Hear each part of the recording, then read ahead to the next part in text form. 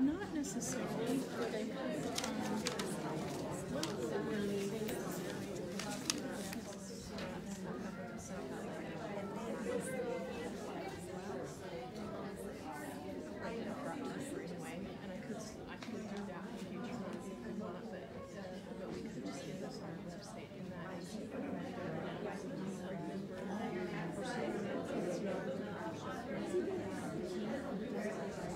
I'm sorry, what? The cupboards downstairs. What about it? The padlocks. For which cabinet? For the catering cabinet. So I have it open already. Oh, maybe I there's one closed it. cabinet, but it looks like it's dedicated to electronics. But I'll be happy to put my stuff in there. No, I was down there a few minutes ago. But I was putting my stuff in. You're talking about the middle one. No. Not the electronics. No, the middle one. I opened it.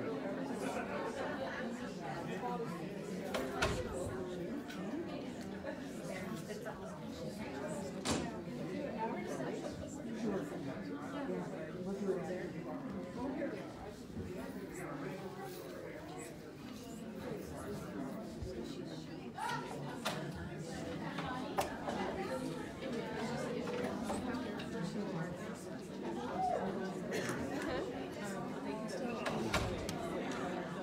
Why don't you get up and say that? You can get up there and say that. It's like a 2-minute spiel, not even 2 minutes. All right, ready to go. Ready to go.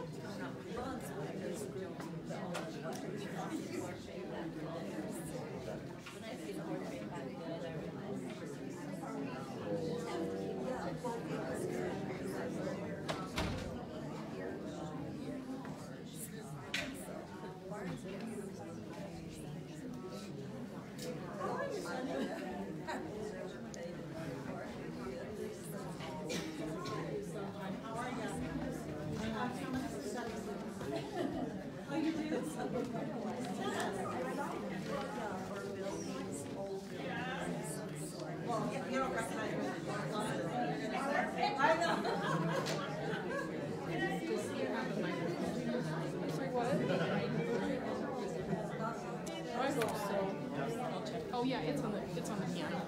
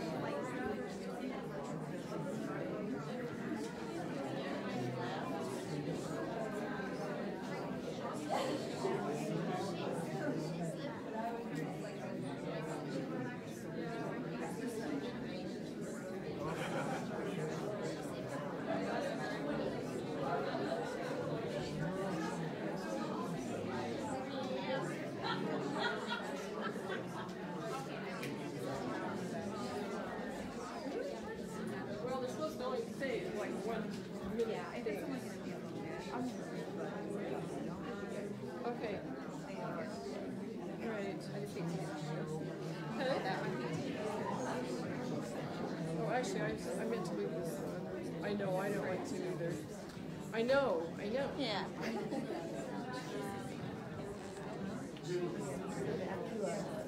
All right, back me up. Whoops.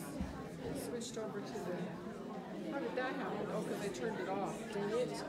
I meant to leave up the website.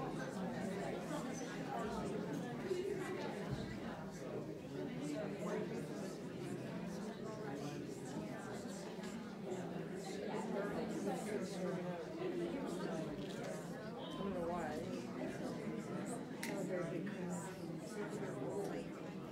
That art cell back there is going really well.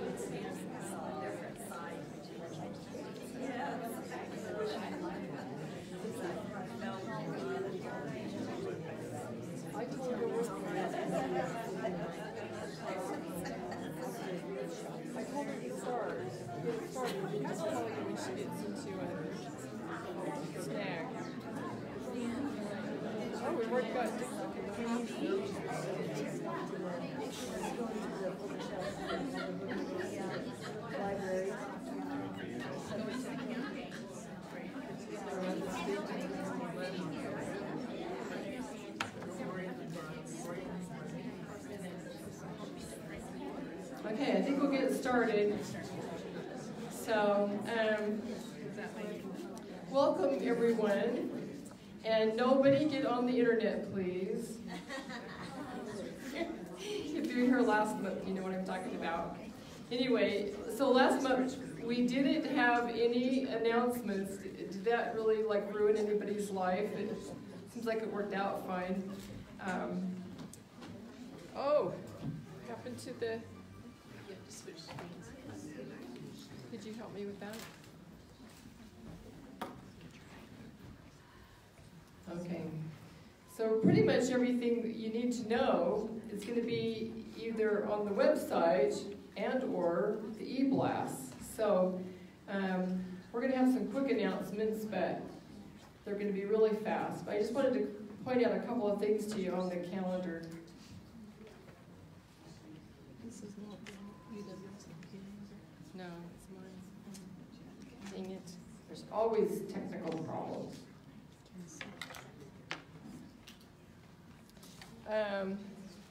Okay, well, while Jennifer's helping me with this computer issue, I'd like to have Linda Flannery just get up and quickly talk about our upcoming spring workshop.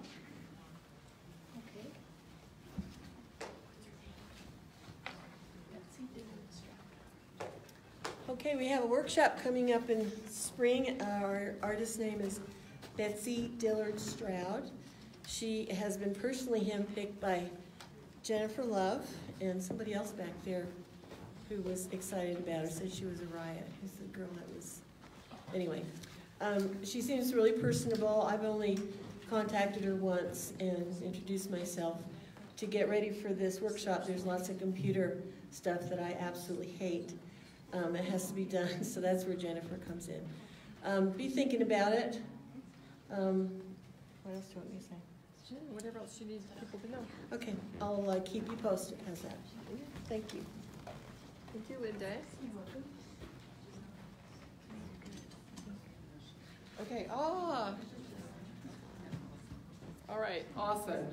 So, like I said, just about anything you need to know is going to be on the website, on our new website. So, if you want to know when something is, there's the calendar. It shows when everything is, where it is. So let's say you wanted to go on this paint out right here. You click on it. It's going to have more details. Oh, there's my calendar. Well, that was the other thing I was going to say is, I didn't mean for it to do that, but if you want to have the Watercolor Society calendar on your phone, you just need a Google account, which is free, a Google Calendar, which is free. You just download it onto your phone, and if you click on down here where it says Add Google Calendar, it'll put it on your calendar, and you can have it there with all your other appointments, your doctor appointments, your dentist appointments, and every single thing tells you where something is, how to get there, any details you need to know about it. It's all there on the calendar. Well, there is a list at the bottom of the website too. Yeah, it should be at the bottom. Yeah, see, they're at the bottom too. Yeah, see, it's already there. But if you want to even know more, if you want to know pictures, you know, what people look like, it's all here. I mean, here's our next member meeting. Here's all about all of our paint outs that are coming up. Western Fed, everything's there. There's Betsy that she was just talking about that's going to be doing our spring show exhibition and workshop and everything. I want to thank ZAP for giving us a grant. This is tonight's meeting with Brian. Everything's there. There's Frank, you know, from our last meeting. And if you click on anything that you want to know about, there's more information when you click on it. So I don't know how much more information I can give you in the way of announcements, but I think Cindy has a request moving along. If you're fortunate enough to win an award, please cash your checks. Please don't lose them. We're having to replace a lot of checks. If you don't need the money, donate it to me. But please don't lose them and ask for a replacement, because it's a problem. Let's see, we also have Barbara Kidd, who's going to announce, she's our chairperson for our exhibitions. We just had our fall exhibition up at the Loge Gallery up at Pioneer Memorial Theater, and the fall show was a beautiful show, and they did such a great job. She and Mary Pusey really put on a nice exhibition. Of course, you guys contributed your art, but it was a good deal. And she's going to announce the winners in case you haven't looked on the website. They're all there, but she's going to let some people have some recognition here. So let's see. Let's get out of Frank.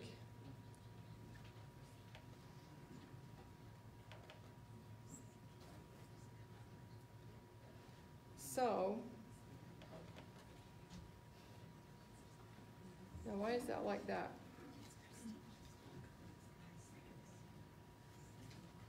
Let me try it again.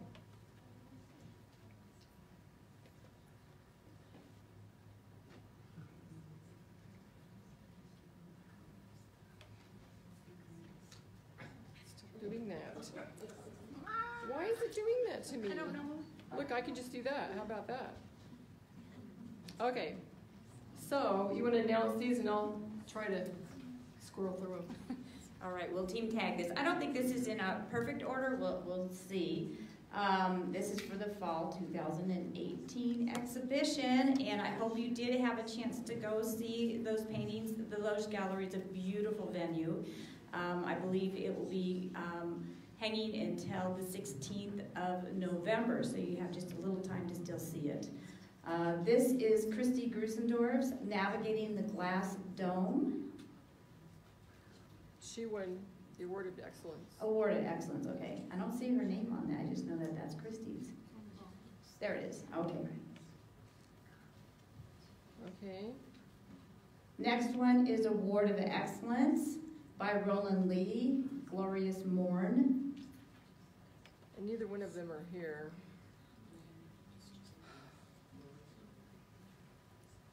This is weird.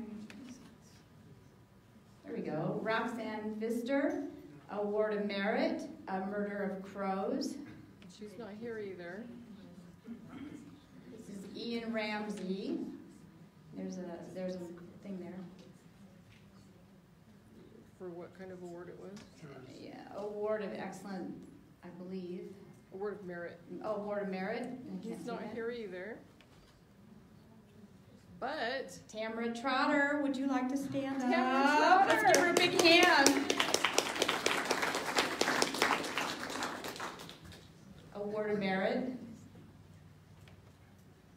And that's Spike Ress. That's Best of Show. he's not here. That's another one of Roxanne Pfister. Beach Bums, I believe it's called. And I can't read that. This is Ruth Nichols. Ruth Nichols, Jurors Award. Jurors Award. And this is Sandy Sleeper. I think Sandy is Sandy's here. here. Would you like to Sandy, stand? There she is. Fish Creek Falls, Jurors Award. Jurors Award. Angela Cotter. Is Angela here? Okay, and she has. That's a Jurors Award. Laurel Hart, Merit Award. Is Laurel here? What's that? Merchant Award. Merchant Award, thank you. You could read that. Lucy Bill, Merchant Award. Lucy's not here either. No. Lori Birchnell. Lori Birchnall, I don't think she's here today. Merchant Award. Merchant Award. Sue Martin, Sue Martin here? Dang it. Play Ball. Abigail Ryder. Abigail Ryder, Past Presidents past Award. presidents. And I guess that's it. That's it. All right, there you go. That was a mini preview, but you have to go and see them. They're beautiful in person. And they're up until when? Friday the 16th. You pick them up on Friday, so that'd be Thursday. Yeah. All right.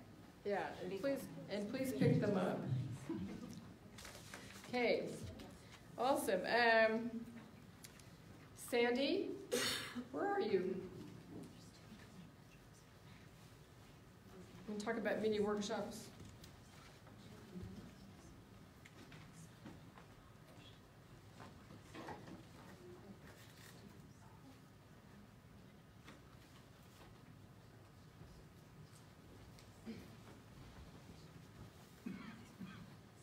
Okay, we have two more workshops in the spring. In January, we have Bruce Robertson and Shelley Young with a portrait workshop. We don't have details on it yet, though. And in March, we have Roland Lee. So make sure you look for those emails when they come out and sign up. They're pretty fun. We just had one with Brian Thayne, and it was a great workshop. So. Thank you, Sandy. Okay, and I think I'll talk for Maggie. I think we're going to do a potluck for our December member meeting. So if you have some Christmas goodies you want to share and bring, then we'll just do whatever you have, whatever you want to bring, okay? Nina, so we have some paint out. We have we had a paint out a few weeks ago, and you can see the results. There's some of ours are over there on the side if you want to look at them. Our next paint out's going to be this coming Saturday, the 10th. It'll be at Shields, that's on 11400 South, just east of I-15. The easiest way to get in is to go in from Auto Mall Drive off of 106 South. Then you don't have to contend with the traffic there. And they have taxidermied animals, and they do have a number of them on a big man-made hill, so they look like they're more in a natural environment.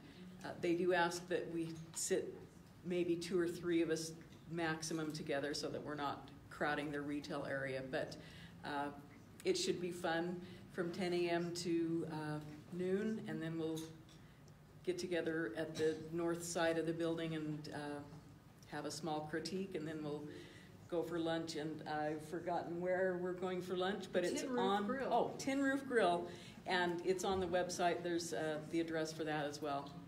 And it's on the calendar. It's on the calendar, yeah. Thank you, Nina. Mm-hmm. Okay, Lisa. Lisa is our CBC chapter president, and they have a lot of things going on.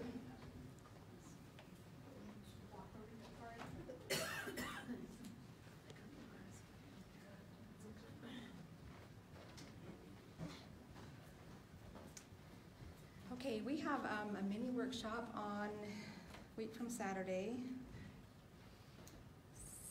17th, with Michelle Nixon, and she's a fairly new art graduate who does beautiful work. There's a little blurb on the website. You can see her things, M.M. Nixon, if you want to look at her things. We've got about 5 or 6 seats left. $35 will be a wonderful day with her. A reminder about our winter show, which will be hung in the Logan Fine Arts Gallery. And if you want to have a painting ready, we can pick up at your December meeting. We'll take them up for you if you want to do that. The theme is Winter Jewels. And then, what else am I forgetting? Our December meeting will be moved to Wednesday. Instead of Tuesday, we're going to go to Green Canyon High School and watch Loving Vincent as a group, and bring a friend or whatever, and just kind of have our little party doing that this year. So that's our latest and greatest.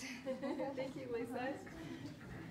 Okay, so like I said, all the stuff is on the website, so we're probably just being redundant here, but Anne, did you have something to say about Western Fed? Just a reminder, everything is on the website. The deadline is next Monday at 8 o'clock. And at this point, we're just doing online payments, so PayPal or a credit card. And the UWS only does online registration. So even though there's a form for Western Fed, this may be a little confusing, but we're just doing it online, and everything on our online form is included in the Western Fed form. So it's basically the same. So please enter. If you have any questions, just email me or give me a call. And who's eligible to enter? Only you, members. Utah Watercolor Society members. Anybody in our society? Yeah, so the prospectus and everything you need for registering for Western Fed is online, available to you. And if you want to go to it, it's in San Diego. Yes, everyone's welcome. Thank you, Anne. So Howard, Tom Howard and Tamara back there, they have a little fundraiser going. It looks like we had a lot of participation, so that's exciting.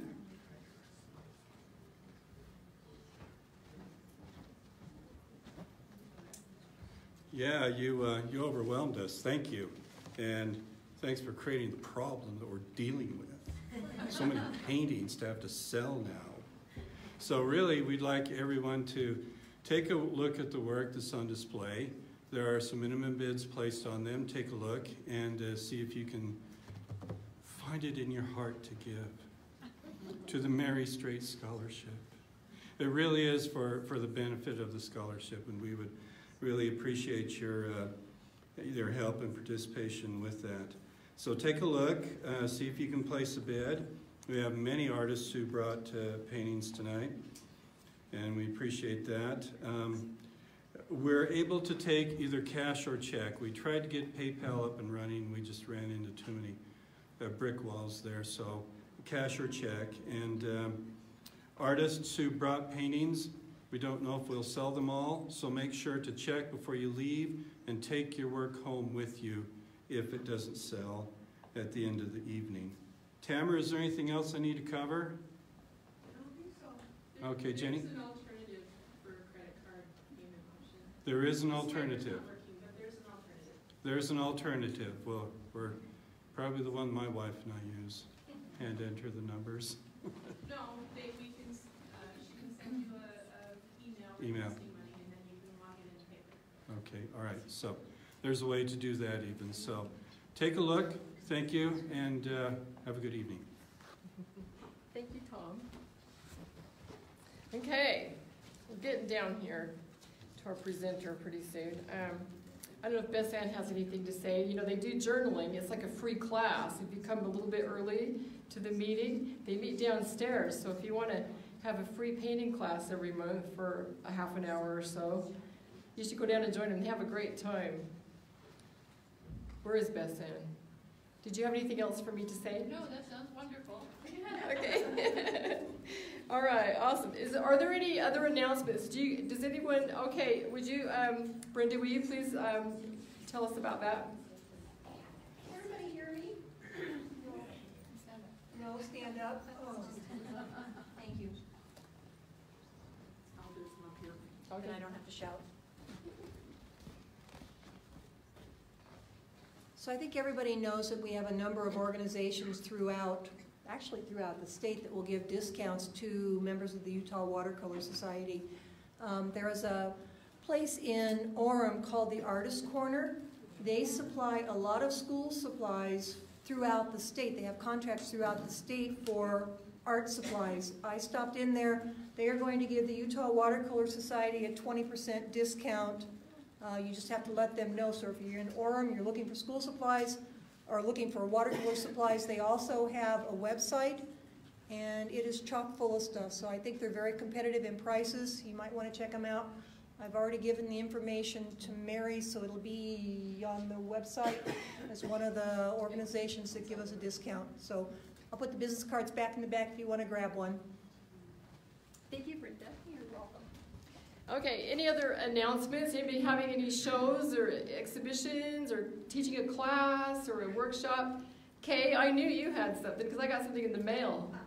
So some of you got postcards and some got emails, but I am having 3 days of art sales at my place. So it's my art. I'm just trying to make room. So I'm just inviting people to come down. It's November 23rd, 30th, and December 1st from 5 to 10. And I'm going to have freebies, and while they last, and refreshments, and just come down And how? if you're feeling like spending some money. And how do they find your house? My house is in Highland. Is it on in our directory? It is in the So Kay Hale, if you want to go to her. And I have all kinds of red art because I'm very eclectic, so I should have something for everybody. Okay, awesome. Anybody else? Kay, Sherry. Me and Becky Hartwickson are having a show down at the St. George Art Gallery, or museum. The opening is November 24th, the Saturday after Thanksgiving, so if anybody's down there, come see us. Did you give your information to Jennifer so she can have it in a blast or anything? Probably not. That would be helpful, because not everybody's here that's in the organization. And some of us will forget those dates too, so. Okay, yes, Blaine? So I'm going to be the featured artist at Local Colors, and the opening's on the 16th, from the 16th through the 15th of December.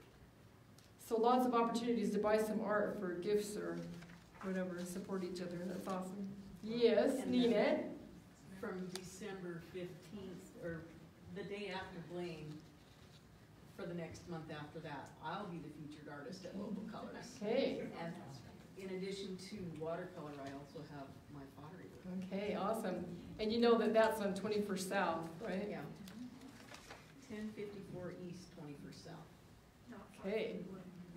Anybody else? All right. So tonight we're excited to have our presenter with us. Is Emily? There she is. She's going to talk a little bit about Brian.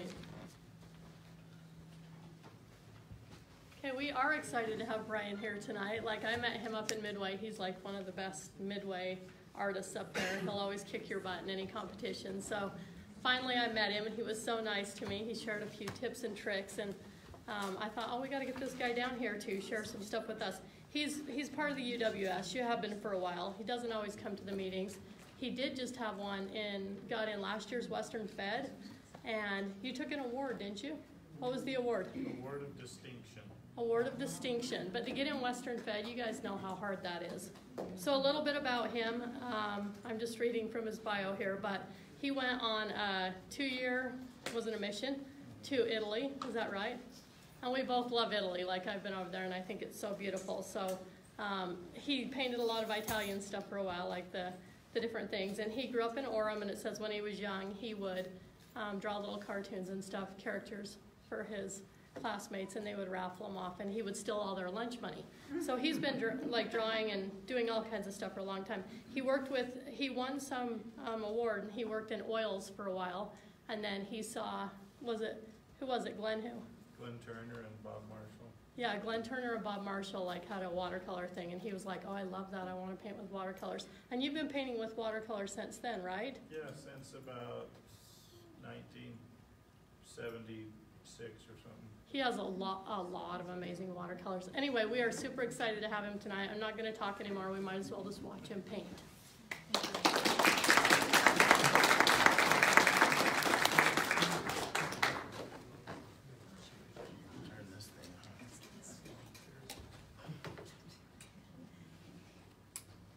Can you hear me now? Okay. Okay, well, thanks for that introduction. I'll just go right into my painting then, and I'll kind of talk to you while I paint.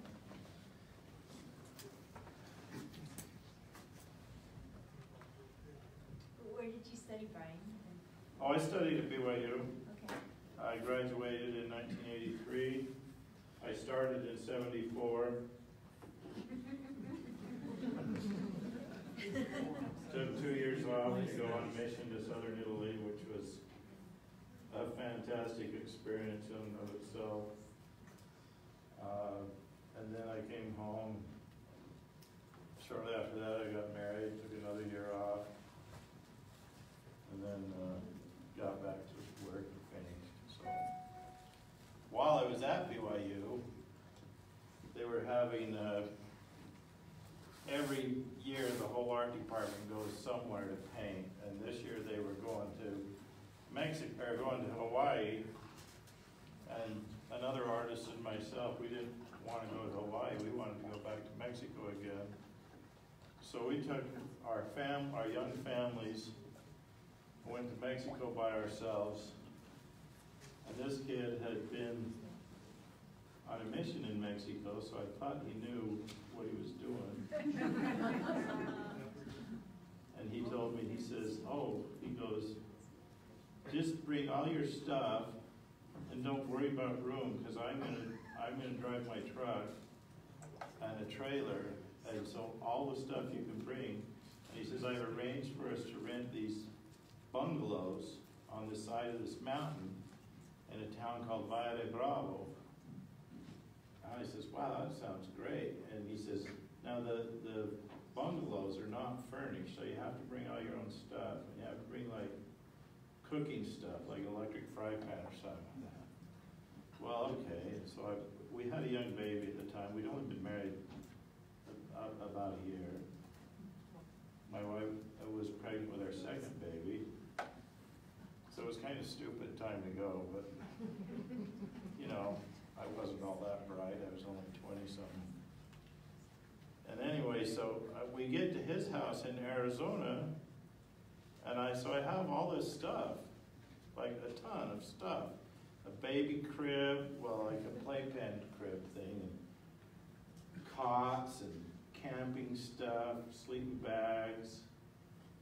And he goes, wow, how are you going to carry all that?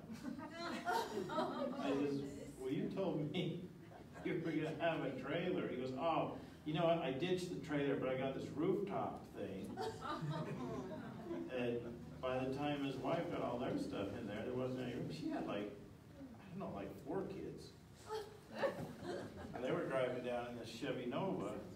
And we were going to take the train. So anyway, he goes, oh, but don't worry. He goes, they have these, when you buy your train ticket, tell me you want a Camarine. I says, a Camarine? He goes, yeah, a Camarine. He goes, that's a room on the train. And you'll have so much room. You'll have room for all this stuff. I was like, wow, okay. So we went to Nogales to get on the train. And I told him I want a Camarine. And he goes, no Camarine. I says, what do you mean no Camarine? He goes, no Camarine. It's Mother's Day. Busiest day of the year. All tickets sold. All Camarines sold. And he goes, but we have room on the second class. Because second class, they just sell however many tickets they got. They don't care if they have room or not. They just shove you in there.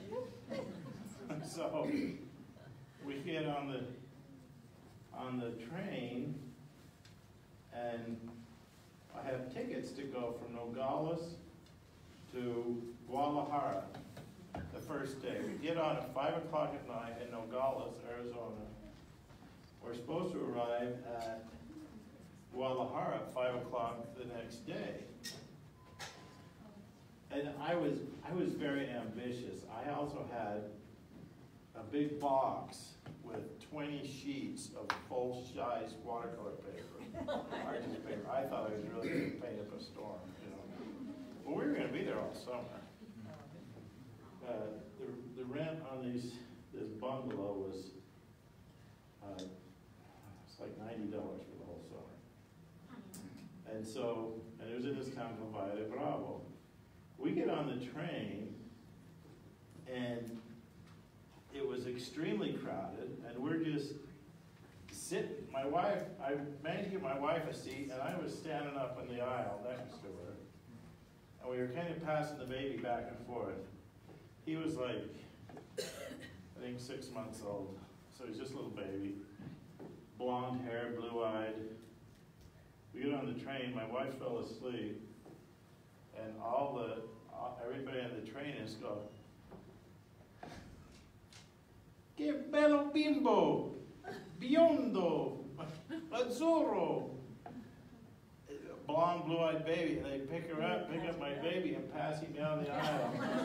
And come back down the other aisle, and he had these lip marks all over his face. He comes back, then my wife wakes up, she goes, where's my baby? I said, he's over there. And the baby comes back, and she goes, what's all over his face? They kissed him. She goes, oh. So anyway, and we pulled into it was extremely crowded, and the air conditioner didn't work. And it was so hot. Were there chickens on the train? There was chickens. Yeah. Yeah.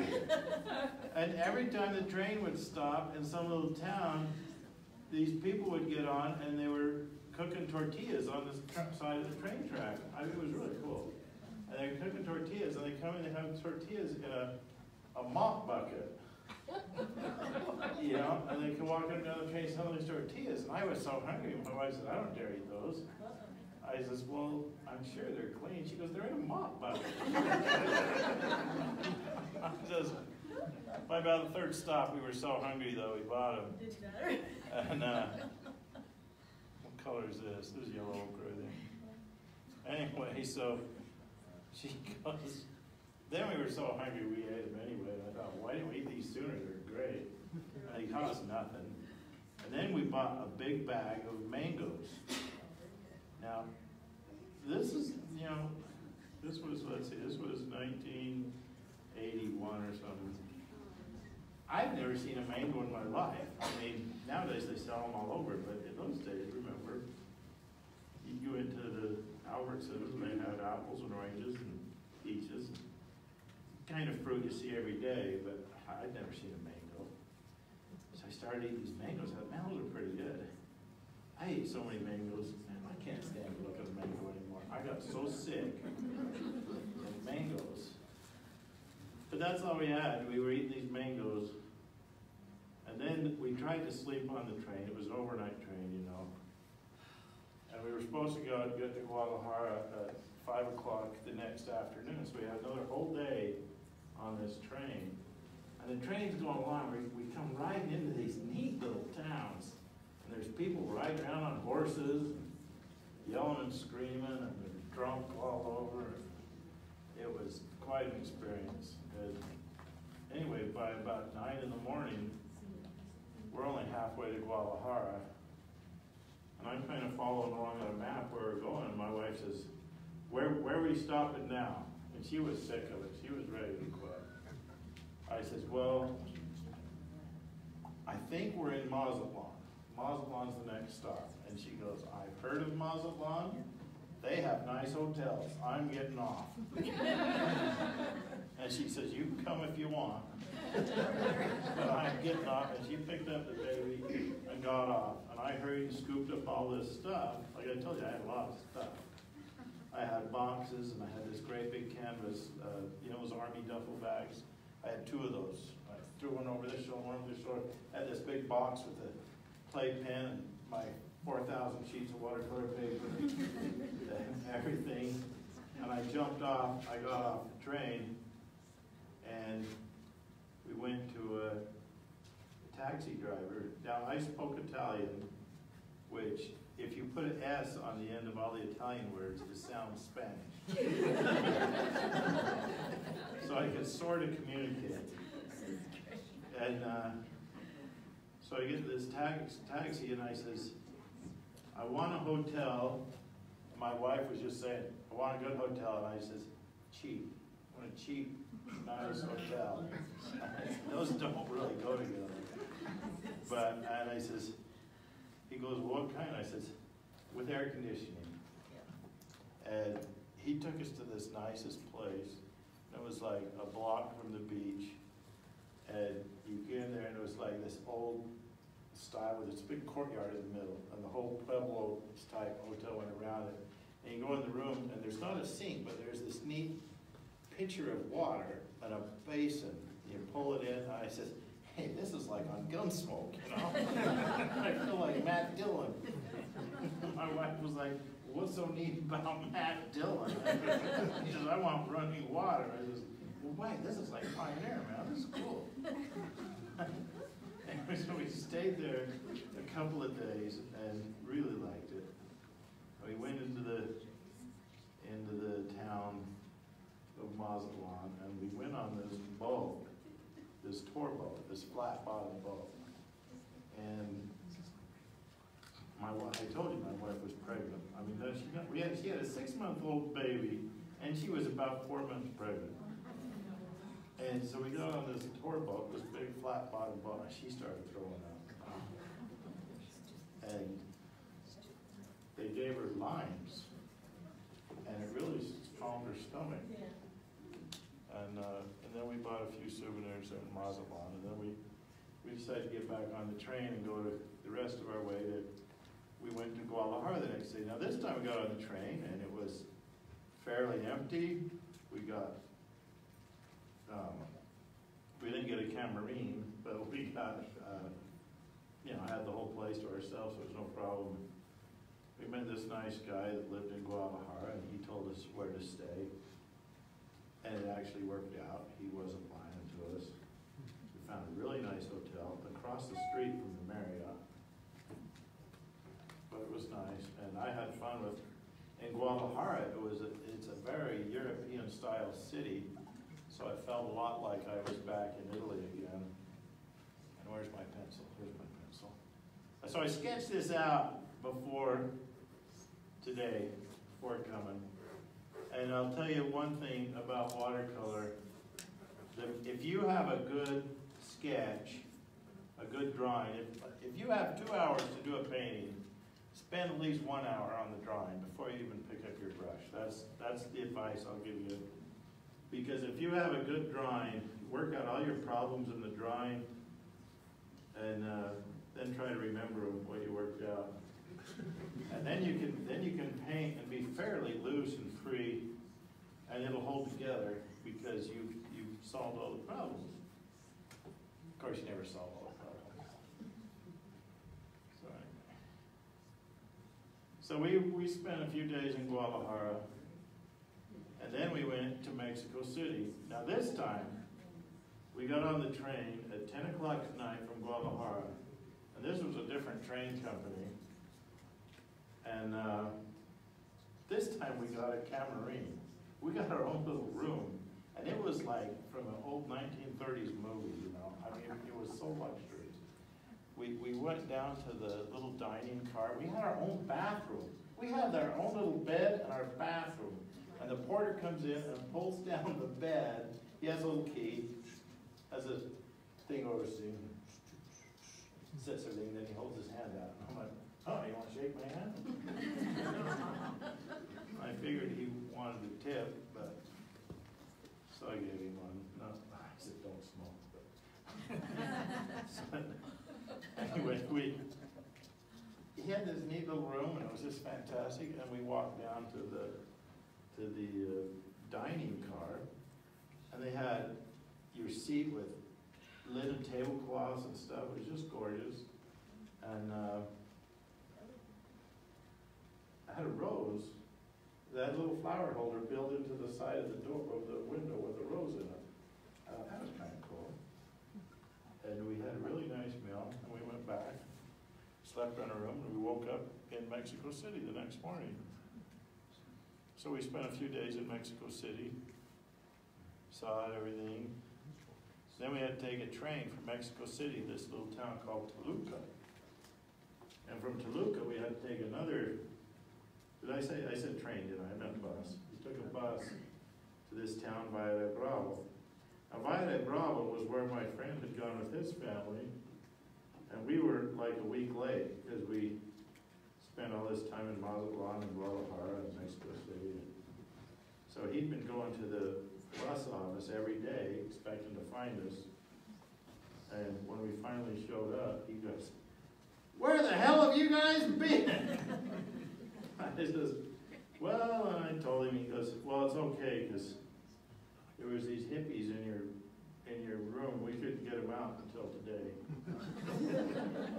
The landlord had to get the police to come get them to leave and all this. So then we got to this little bungalow. We get there, and I'm just like, wow, this is so cool. It's a room about as big as a bathroom.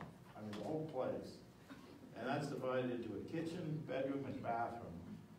And the kitchen is a slab of concrete with a sink, and a little electrical cord, and then the bathroom isn't much better.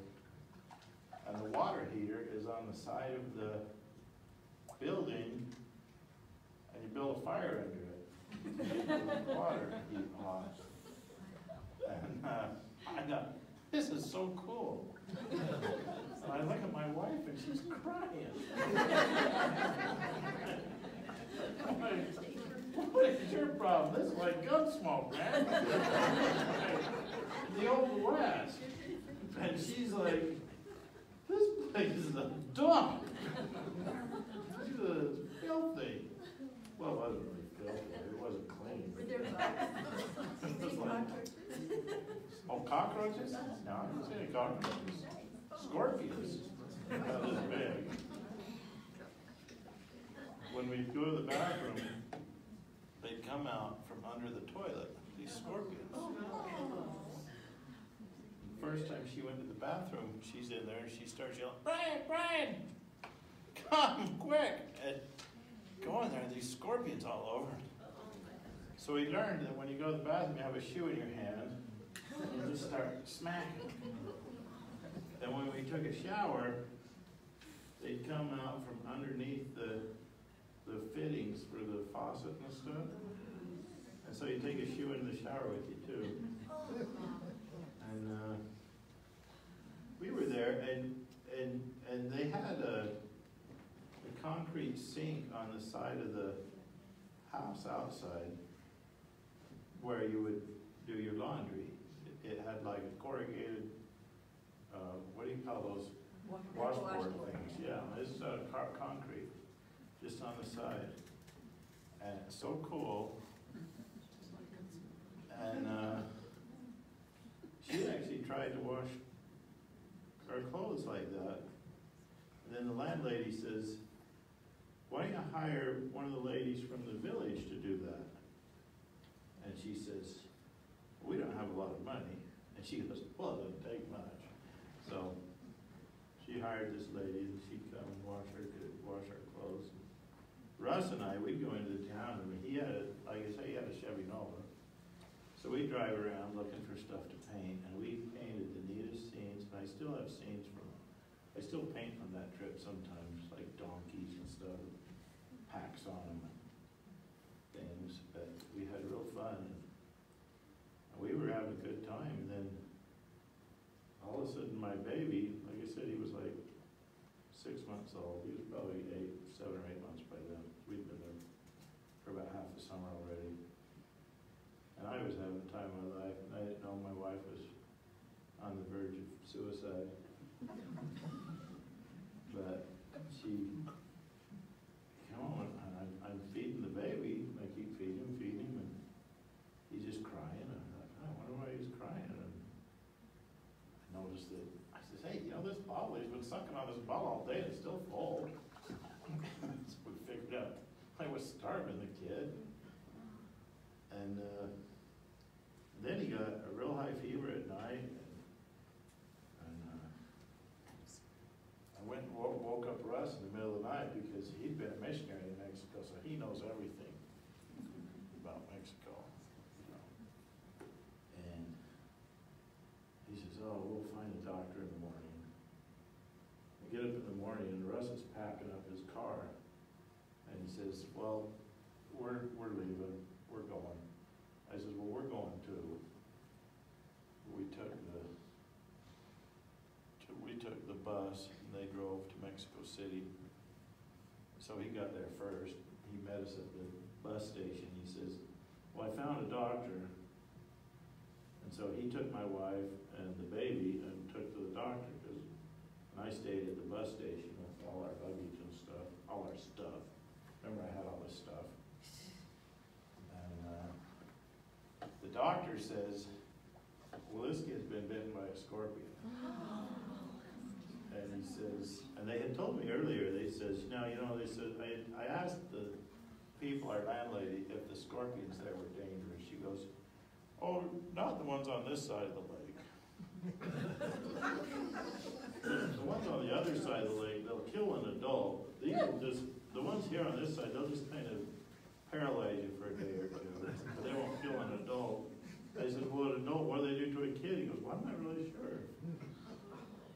So anyway, so this doctor says, he's been bit by a scorpion, and here's some medicine, but I would recommend you go back home as soon as you can.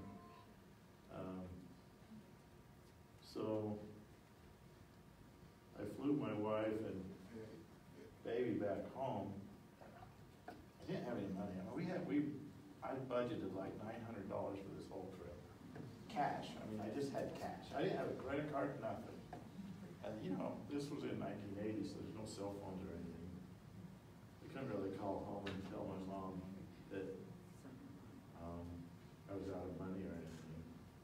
So I went to this travel lady and I said I needed a ticket for my wife and baby to go back home. And she said, well, they're like $500. I said, I'm great, I don't have $500, you know. And she goes, oh, you know what? Texas International just started these peanut flights. She said, I guess they just give you peanuts. $120 for my wife to fly to Salt Lake. I thought, wow, that's great. And so she got on there and she flew home. And I went back to this little place we were staying, and now I was all alone in Mexico City. I was wondering how I was going to get home. And I went to the train station, and I says, you know, what's the cheapest ticket to Guadalajara? I mean, to Nogales. Well, first I had to go to Guadalajara from Mexico City. There's two different trains companies. And this one went to Guadalajara, and to save money, I went third class instead of first or second class. And this was from 10 o'clock at night till 10 o'clock the next morning. Third class is just a cattle car with bales of hay and pigs and chickens and people too. And I didn't sleep a wink because I slept on. Well, first, let me tell you, first I had all this stuff that I've been carrying around. And I asked the guy, I says, hey, can I just check this baggage like at an airplane? Just check it and it'll show up in Nogales? He goes, oh yeah, no problem. He goes, just write Nogales on it. I says, that's it? That's it. So I have these big army duffel bags, these big canvas ones, and I just scribble Nogales on with a magic marker. And my big box of all my stuff, I scribble on that too, Nogales. And I thought, wow, this is great. So the only thing I was really taking with me, my prized possession, was, of course, my camera bag. And I slept on top of my camera bag because I knew somebody would steal it. But I didn't really sleep. I didn't sleep a wink. I knew I would get beaten and robbed if I fell asleep.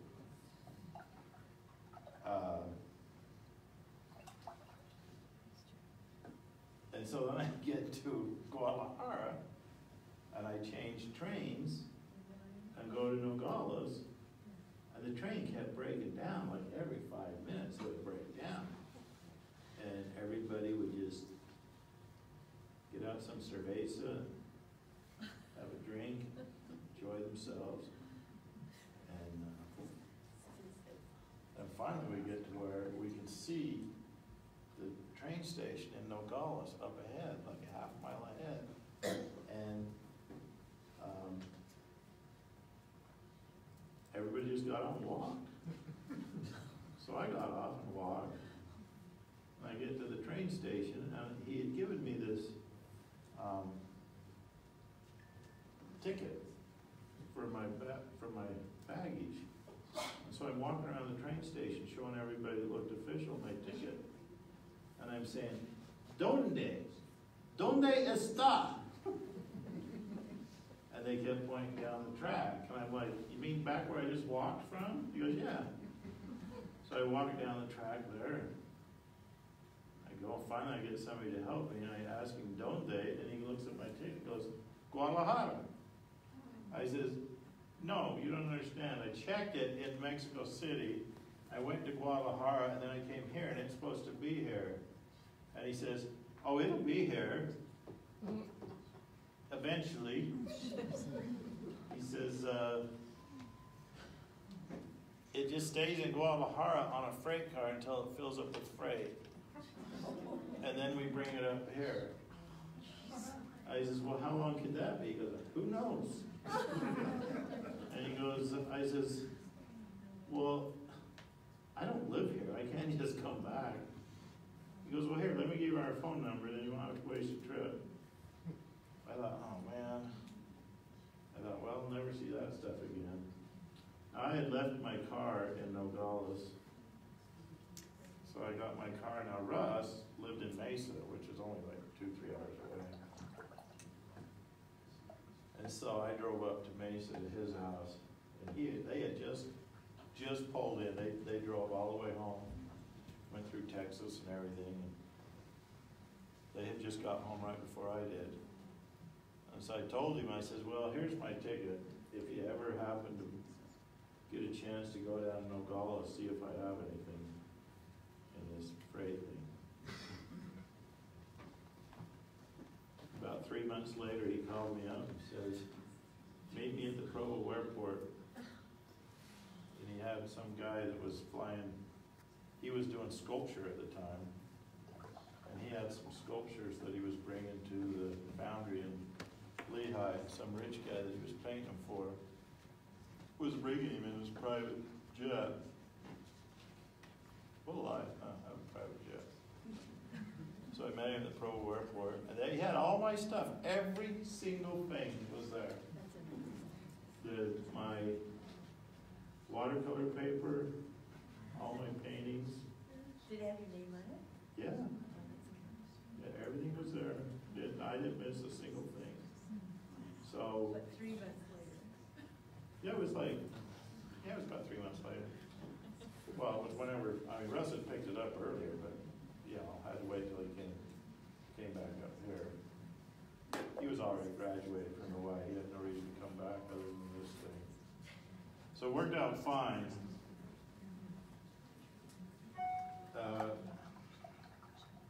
My wife's not hip about going back to Mexico if I ever mention it.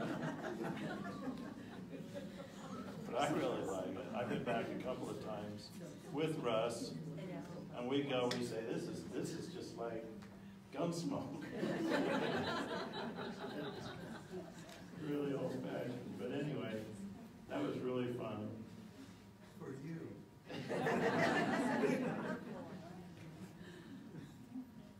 Of course, my son, he can't even remember it. He survived. He survived. Survived and thrived, and now he's a college professor in Walla Walla, Washington. What subject? What does he teach, Carol? Religious history. Yeah, he teaches anthropology and Native American studies, Native American religions. I'm not his wife, by the way. That's my sister. Okay. But anyway, back to painting. My philosophy about painting is, we were watching TV the other day. I was watching one of those FBI type shows, and the FBI guy had the suspect in, and he was interrogating him, asking him questions, and the guy kept trying to think up answers.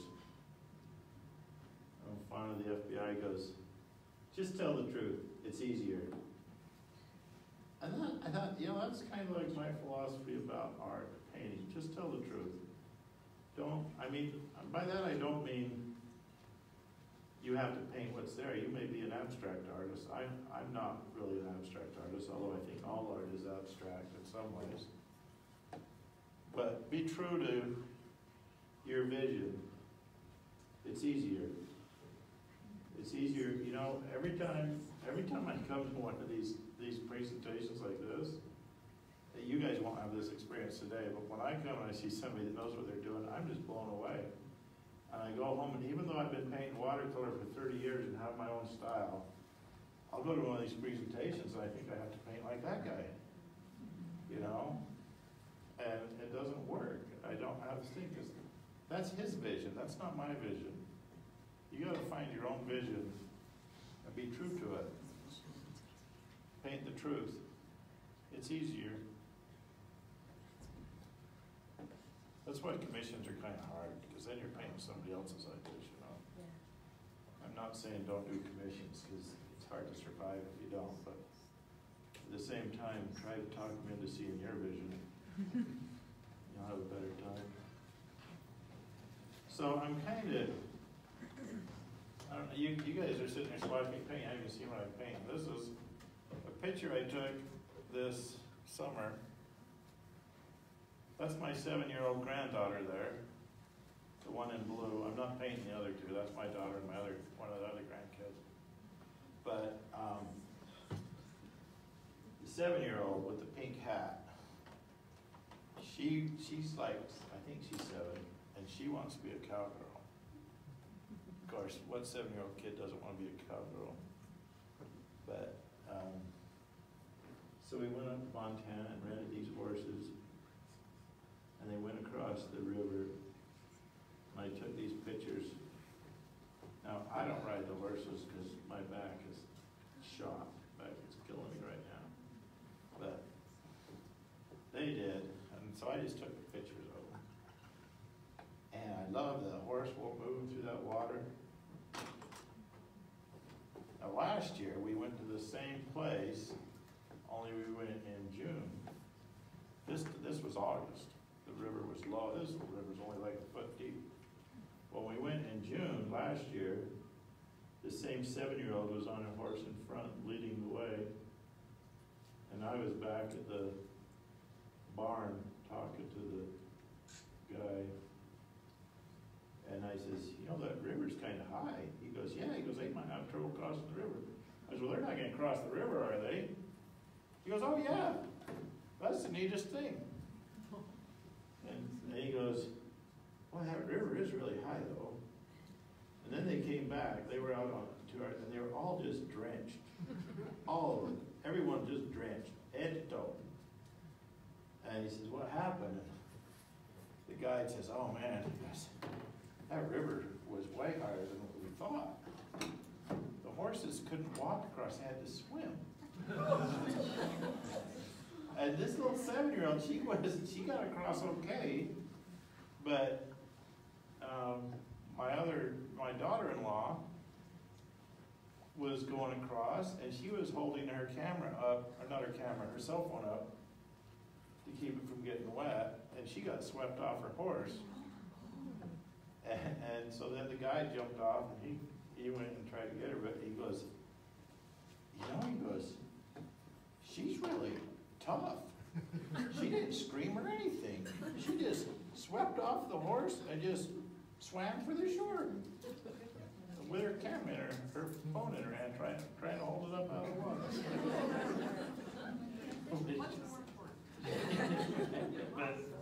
And I says, wow, you didn't even scream or anything? She says, well, I didn't want to scare the kids. I didn't want them to think it was dangerous. But, so, anyway, so I'm trying to paint this. I want kind of a loose feeling. I need to get it quite a bit darker around her and stuff. This is still kind of wet. I can add detail, all the detail of the, the reins and all that stuff that they put on horses. They sure put a lot of stuff on horses.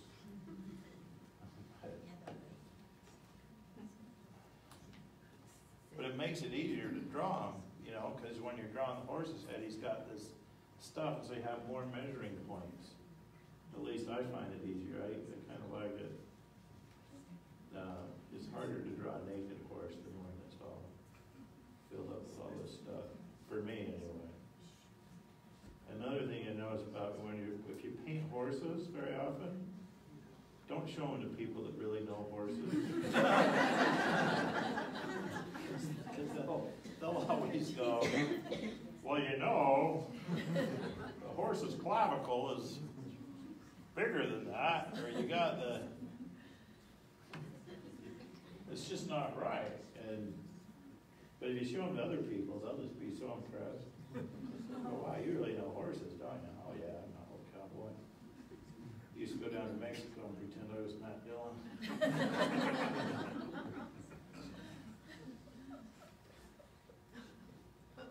When we went back to Mexico with Russ again, he'd go down to these Tarahumara Indians. And he talked me into going down on a trip with him. And we went to this little town called Baltopilas. This time we didn't take our families. His wife would never go back to Mexico either. I don't know why. But he went all the time. He just lived in Mesa, like I told you. And so I went down with him, and we went down to this town called Creel. And from Creel, we went to another town called Baltopilas, and it was like, you guys are going to tell me when I have to stop, aren't you? Say it's changing. And Baltopilas it really was like Gunsmoke. We'd go there, and he told me this was a dry town, means no liquor, no alcohol, even though And they're having this big festa that day, and people kept riding in all night on horseback. And they were shooting. They just ride in. This is just like Gunsmoke. We get up the next morning, and it looked like they'd had a shootout because there was these guys laying in the streets. They weren't dead. They were just drunk. They were just passed out drunk. And we walk up to them and kind of nudge him, and they kind of, oh, he's still alive. Okay. And these Indians, the Tarahumara Indians, fascinating people. They live up on the side of the hill in a little adobe hut or in a cave or something. And we found, Russ had a friend, this one named Ramon, and we drove and parked, he had a Suburban, and we parked on a wide spot of the road. There was no place to really set up a camp because the canyon went straight up above us and straight down below us. And Ramon's house was straight above us. And we hiked up to Ramon's house. And his kids, he had like a little 7-year-old and an 8-year-old, a boy and a girl. And they'd come running down and they'd talk to us and they'd run back up. They'd come running back down and talk to us. And we're still trying to get up to their house. These kids are running up and down like it's nothing. Like they're going to the 7-Eleven, you know. And they're barefoot. I mean, totally barefoot. And these rocks is like desert. It's not like walking through the park. It was like desert with rocks and thorns and cactus. They're just running up and down the hill barefoot. And I'm like, I have leather boots on, and I'm like, oh, I think a cactus went right through my boot. But didn't bother these kids at all. We get up to his house, and there was a water spigot sticking up. This one lady that was with us says, Brian, don't drink the water. I just, are you kidding me? I'm going to swallow that thing. And I just took the hose and started drinking it. Turns out, they had just gotten running water like a month before because some group from BYU came down and ran plumbing for them. Before they had been hiking to this creek with buckets and hauling everything back. So it was pretty interesting. And he posed for us. We paid him and his friends to pose for us. There was about 5 of us artists, not just Russ. There was 3 ladies, and they slept in the car, in the Suburban, and Russ and I slept on the roof. And it was quite an experience. Yeah, we had scorpions there too. Yeah. On the roof of the car? No, we found them on the ground. They didn't go on the roof, but they were little ones. They weren't like the ones that invited in Bravo. Okay. So I'm gonna let that dry. It's wet back there. When it dries later, I'll glaze that, really push that background back, and bring her out. Now, I'm not going to try to paint her face because that would just be too hard. So I'm going to mix some color that looks like a face shadow. Try to get some yellow ochre with a little bit of pink in there, a little bit of blue. It just looks like crap right now. I don't know. Maybe I can get it right. There, that's looking a little bit better. Try to just paint some shadow from her.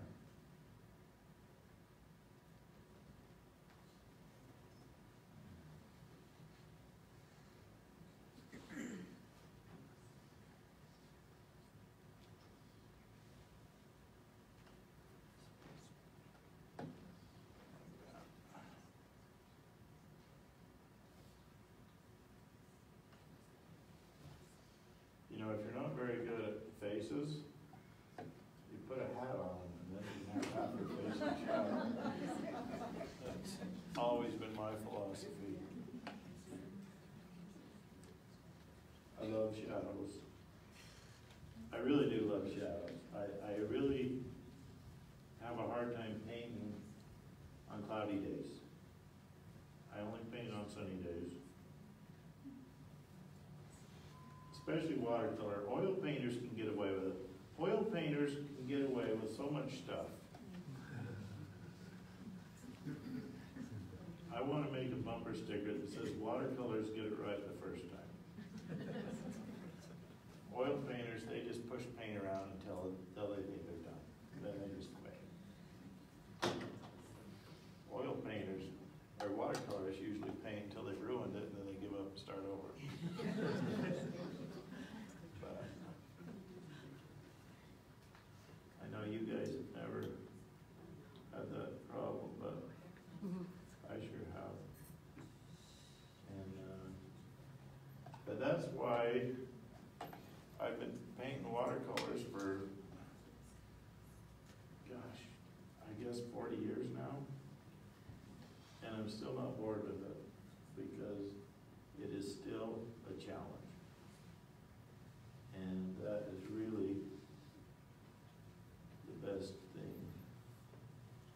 It never gets dull. It never gets boring. It's always a challenge. Every time I paint, I learn something new. And every time I paint, it's a new challenge. I used to be a baker. That was no challenge at all. I hated it.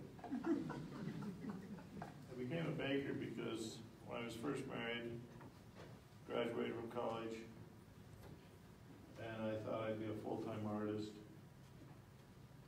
And I was. And my wife had this beauty shop in her house, and she was doing this friend of mine's hair, and she was complaining to him about how we didn't have any health insurance and stuff like that. And he said, why don't you come, he was a bakery manager at Albertsons, and he says, why don't you come work for me? And I says, well, I don't have time. I'm an artist. It takes all my time. He goes, well, you only need 20 hours a week. I said, what do you mean I only need 20 hours a week? He goes, well, Albertsons will pay full benefits for 20 hours a week. I says, heck, I waste 20 hours a week. I can do that. And he goes, yeah, and you go in early in the morning, you'll be home by 10. I thought, man, I'll have the whole day to paint. I realized I had to sleep. So anyway, I started doing that. It worked out great for a couple of years, and then they changed their policy, and the 20 hours turned into 35 hours, and then it turned into 40 hours. And so after a while, instead of being a full-time artist and a part-time baker, I was a full-time baker and a part-time artist. I did that for 20 years, but see, now I'm retired, so now I can paint all day, every day.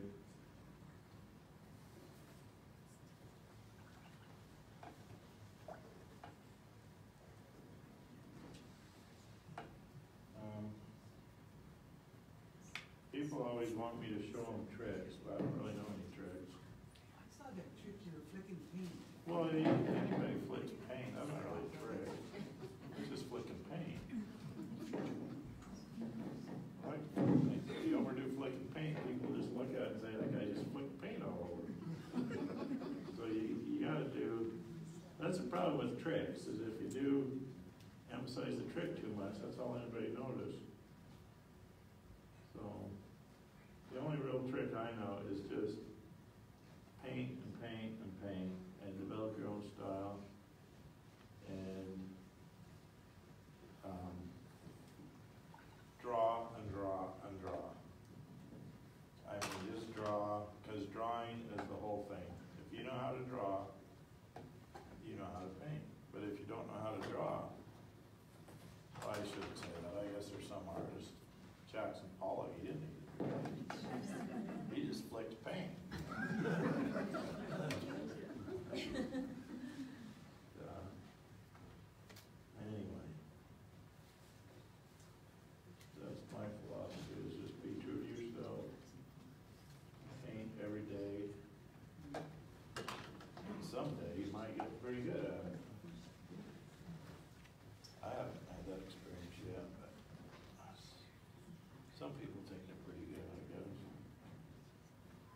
sometimes I do a painting, and I used to just paint, and I would do a stroke, and then I would sit and stare at it.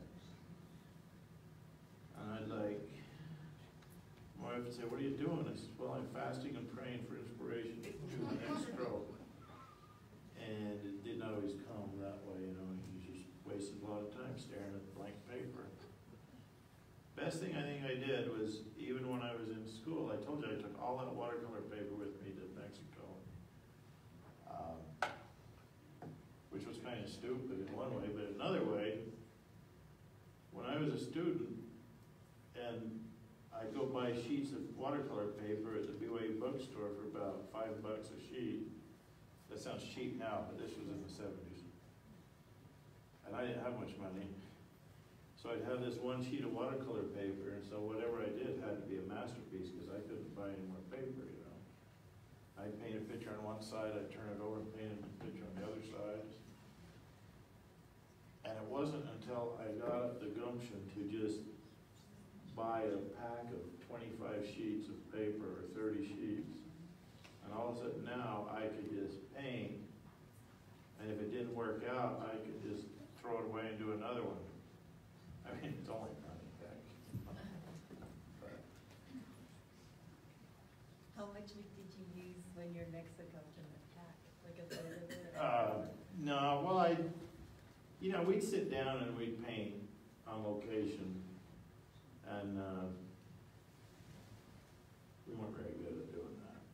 But and I do full sheet too. I only did full sheet. I went whole hog. None of this quarter sheet business. And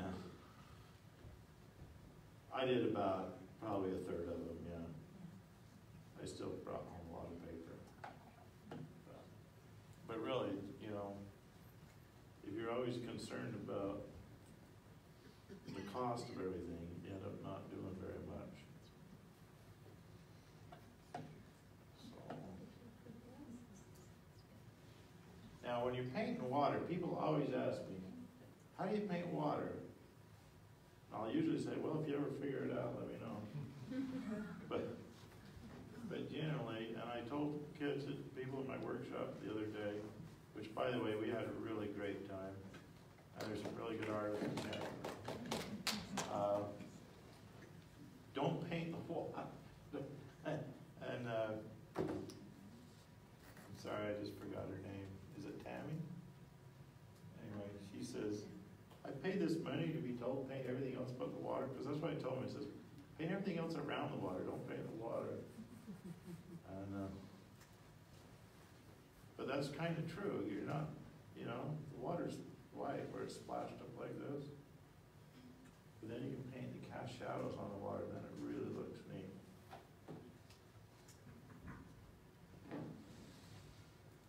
My favorite thing about watercolors is doing those cast shadows. Because all of a sudden you can do a thing and all of a sudden you do this shadow across it, and it just comes alive. That's why I like to paint on sunny days.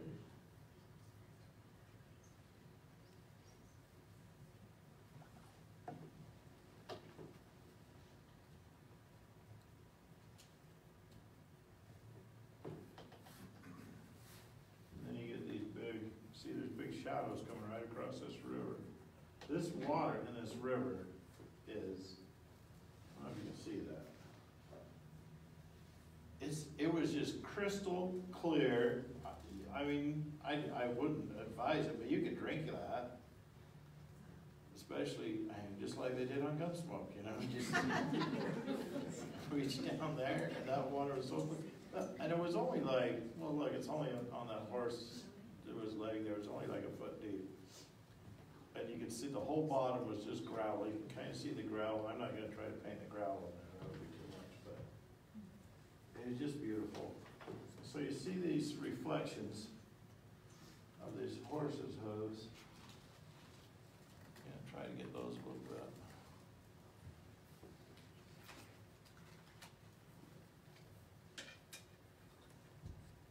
If you don't learn anything else tonight, you'll learn not to take the trains in Mexico.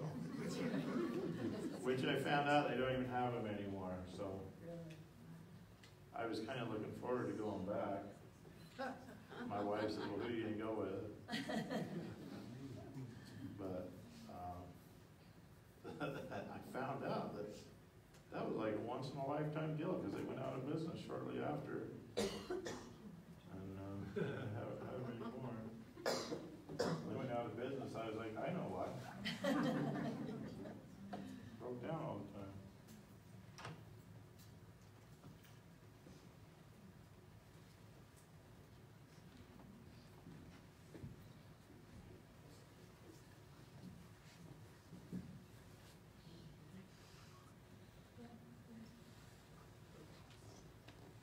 Brian, you probably have about 10 more minutes. Okay. I'm just, I think I've messed it up about all I can for tonight. And, if you guys have any questions for him, be sure you ask him. yeah.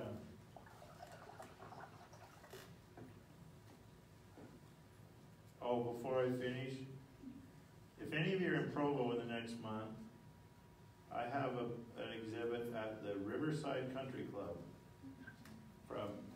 basically, well, it should have gone up like a couple of days ago. And it'll be up until the end of December, I think. And that's Riverside Country Club. It's on University Avenue. Well, you guys can just punch it into your little cell phones and it'll tell you exactly what. I still think I have to give people directions, you know. Can't do that anymore. I have this little lady that sits in a box in her car and gives them better directions than I ever could.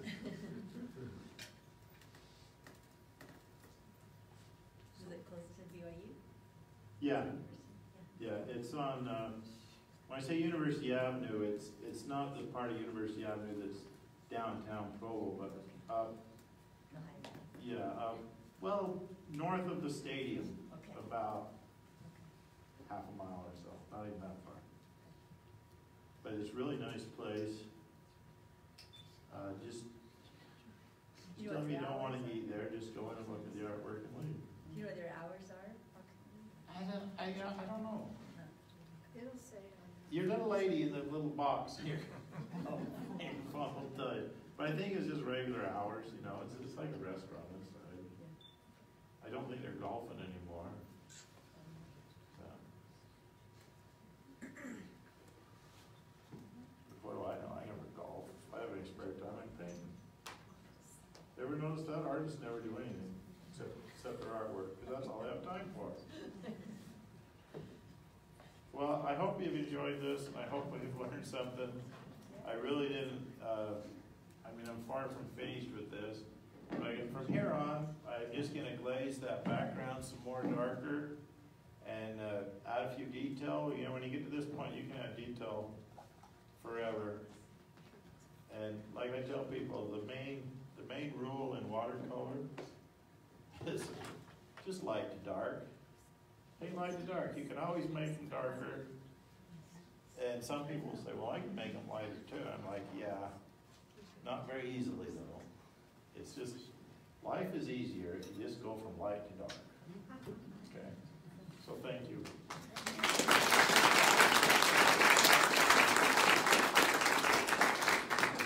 Thank you so much. We enjoyed that so much. Appreciate your coming. I noticed you have some prints over here too. Are these for sale? Yes, I'll take cash or check. Okay, awesome. Thank you everyone for coming.